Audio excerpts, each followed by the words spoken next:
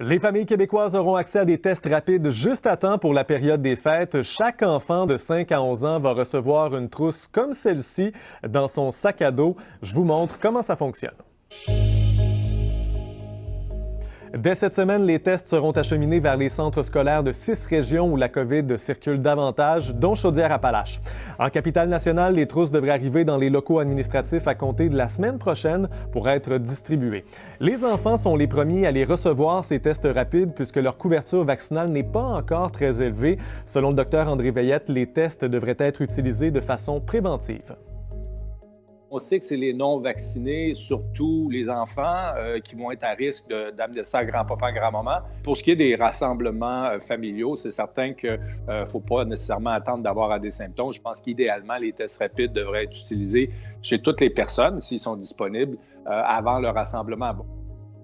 Les tests distribués sont des autotests BTNX. La trousse comprend l'outil de diagnostic, un écouvillon, un support à tube, un tube d'extraction, une buse avec filtre et de petites bouteilles de liquide. Donc, on verse le liquide dans le tube, on récolte l'échantillon sur le bord du nez avec l'écouvillon, puis on va insérer l'échantillon dans le tube.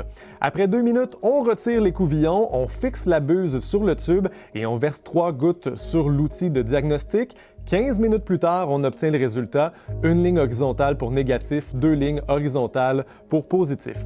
Il faut savoir que les tests rapides sont pratiques, mais qu'ils ne sont pas aussi fiables que les tests analysés en laboratoire. Donc, si le résultat est positif, la personne doit retourner dans un centre de dépistage pour recevoir un test PCR et faire tester sa famille idéalement. L'objectif du gouvernement, c'est d'envoyer 3 millions de trousses comme celle-là aux jeunes d'âge scolaire et préscolaire.